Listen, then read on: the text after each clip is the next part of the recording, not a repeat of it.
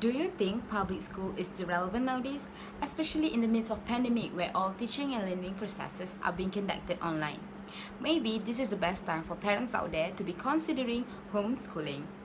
My research focuses on the pros and cons of homeschooling. In other words, the advantages and the disadvantages. One of the advantages of homeschooling is that it helps to develop children's personality. My research exposed that children who is homeschooled tend to have more positive behavior and good self-value, such as responsible and independence. This is because children who is homeschooled believe that they have their own authority to their own education. Secondly, the advantages of homeschooling can be seen that it brings family together. Why? Because being homeschooled means that you are surrounded by your family, siblings, parents, like your siblings and your parents, which shows that all of the activities, tasks, teaching and learning processes, extracurricular activities are being conducted at home. With whom? With the people, with your own family.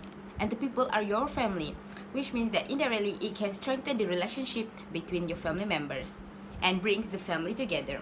And the third advantages of homeschooling is the most crucial part, where it allows academic flexibility.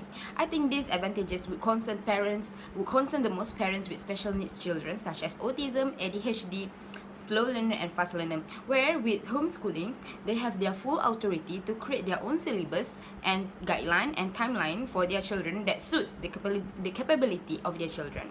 And not to forget, homeschooling will also have its own disadvantages. One of the advantages is that it increases the financial cost. Why? Because all of the financial is from A to Z is handled by the parents themselves. There's no financial aid from the government or any private sector.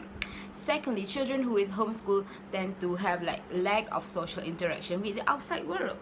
Homeschooling is just at home. It doesn't expose children to the outside world, and they don't mingle around with any peers around their age.